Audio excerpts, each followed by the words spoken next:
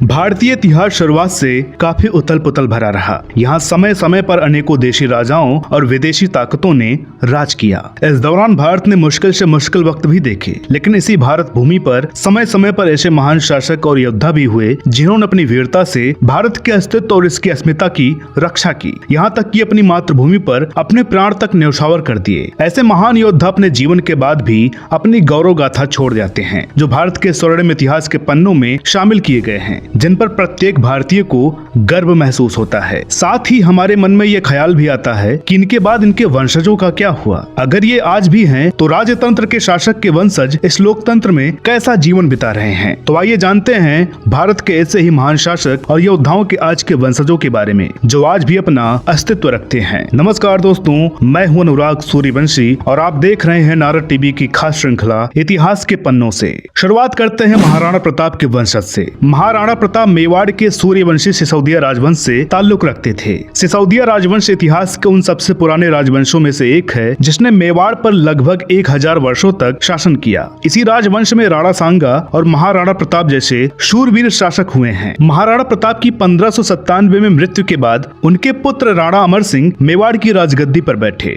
जिनके बाद कर्ण सिंह और जगत सिंह जैसे वंशजों ने मेवाड़ की बागडोर संभाली। भारत के आजादी के बाद मेवाड़ के तत्कालीन राजा भूपाल सिंह थे, जिन्होंने भारत में सबसे पहले शामिल होने की इच्छा जताई थी। भूपाल सिंह ने कहा कि वो और उनका मेवाड़ भारत से अलग नहीं रह सकता। और जैसा कि आपको पता है कि आजादी के बाद रियासतों के राजाओं की पदवी समाप्त कर दी गई और आज महाराजा अरविंद सिंह मेवाड़ के 76वें संरक्षक के रूप में काबिज हैं, जिनका जन्म 13 दिसंबर 1944 को उदयपुर के सिटी पैलेस में हुआ था। और इन्होंने अपनी प्रारंभिक शिक्षा के बाद लंदन से होटल मैनेजमेंट में डिग्री ली थी और कुछ समय तक अमेरिका में नौकरी भी की। इनका विवाह कक्ष की राजकुमारी विजय राज से हुई। आज इनका नाम बड़े होटल व्यवसायियों में शुमार है। ये कई होटलों के मालिक के साथ साथ उन सभी महलों और किलों के मालिक भी हैं और आज भी उनका परिवार राजसी जीवन जीता है। इनके बड़े भाई महेंद्र सिंह मेवाड़ से सांसद भी रह चुके हैं और इस राजवंश के अगले राजा अरविंद सिंह के पुत्र लक्ष्यराज सिंह होंगे। महाराणा प्रताप के समान ही जिन्होंने अपने वीरता और शौर्य का लोहा मनवाया, वो मराठा सम्राट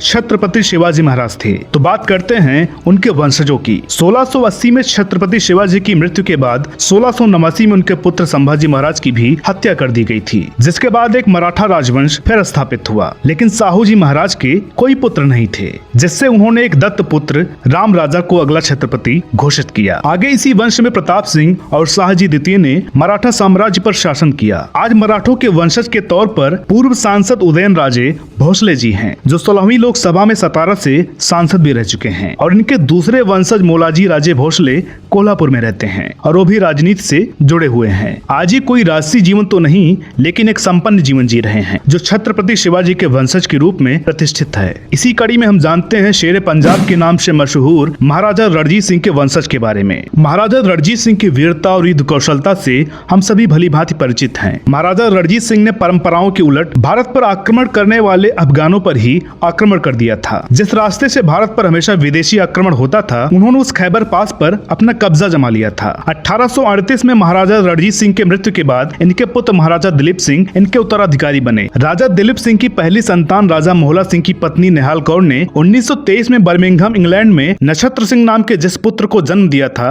वह बाद में नागा अल्फा ग्रुस बन गए। दरअसल 4 साल की उम्र में पहली बार नक्षत्र सिंह को भारत लाया गया। फिर इनकी मां ने नागा पुरुषोत्तम गिरी महाराज के प्रसाद के तौर पर उन्हें अखाड़े में सौंप दिया। 1938 में उनका संस्कार नागा साधु के तौर पर हो गया। तभी से वह एक सन्यासी के रूप में साधनारत हैं। अल्फा ग्रुस हिंदी के साथ साथ अंग्रेजी और उर्दू भाषा का भी ज्ञान रखते हैं। भारतीय सेना और नेपाली सेना को योगा और मार्शल आर्ट की ट्रेनिंग देने वाले अल्फा ग्रुस ने पायलट की भी ट्रेनिंग ली है। किसी महान राज्य के शासन के लिए जितना जरूरी एक राजा का शक्तिशाली होना है, उतना ही जरूरी है उसके सेना का नेतृत्व करने वाले सेनापति का कुशल होना। तो हम बात करेंगे अजय योद्धा बाजीराव पेशवा के वंशजों के बारे में। जब भी भारत के महान योद्धाओं का जिक्र होता है, तो उसमें बाजीराव पेशवा का नाम जरूर शामिल होता है। वो एक महान योद्धा के साथ साथ एक बुद्धिमान सेनापति भी थे, जिसने मराठा शासन को देश के कोने कोने में फैला दिया। कहा जाता है कि वो उन योद्धाओं में थे जिसने अपने जीवन में कभी किसी हार का सामना नहीं किया। मराठा राज्य में पेशवा का एक विशेष पद होता था, जिसे प्रधानमंत्री के बराबर माना जाता था। बाजीराव पेशवा के पुत्र ही मराठा के अगले पेशवा बने और जब अंग्रेजों ने भारत पर पूरी तरह कब्जा कर लिया था, तो उनके द्वारा इस पद को भी समाप्त कर दिया गया। लेकिन इसके बावजूद बाजीराव पेशवा द्वितीय ने नाना साहब को गोद लेकर अगला पेशवा नियुक्त कर दिया। नाना साहब भी एक वीर योद्धा थे जिन्होंने 1857 की क्रांति में बड़ी भूमिका निभाई थी। आज इनके वंशज विनायक राव अपने परिवार के साथ पुणे में रघुनाथ नाम के बंगले में